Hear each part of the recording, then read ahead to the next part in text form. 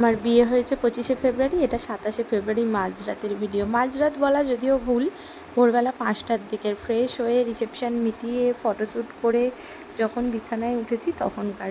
অনেক ভালোবাসার একটা সম্পর্ক ছিল, সেটা যখন পূর্ণতা পেয়েছে তো দুজনকে স্মরণীয় দিনটা করে রাখার জন্য তো কিছু গিফট দিতেই হয়।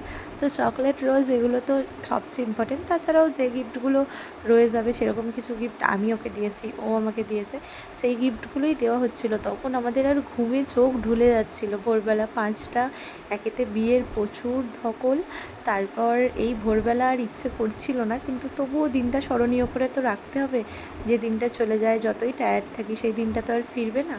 ওই জন্যে দুজনেই দুজনকে গিফটটা তাড়াতাড়ি করে দিয়ে তখন আমরা ভাবছিলাম কতক্ষণে একটু রেস্ট নেব, কারণ সারা 2-3 দিন আইবুড়ো ভাত, মেহেন্দি, বিয়ের পরের দিন রিসেপশান, সব কিছু মিলিয়ে প্রচণ্ড টায়ার্ড ছিলাম দুজনেই। তারপরে আবার আমাদের রিসেপশানের পরের দিনই রূপদের বাড়ির একটা নিয়ম আছে পুজোর, সেই পুজোটা ছিল সকালবেলা, তো 2-3 ঘন্টা ঘুমিয়েই উঠতে হতো, তো তার জন্যে তাড়াহুড়ো করছিলাম। দেখো ভোরবেলা কটা বাজে, 5টা বাজতে 5 মিনিট বাকি, তখনও আমরা ঘুমোইনি। আর এই যে মেকআপের চুল বাঁধা, কাঁটা খুলতে খুলতেই তো 1 ঘন্টা সময় চলে যায়, মেকআপ তুলতে আর কাঁটা খুলতে।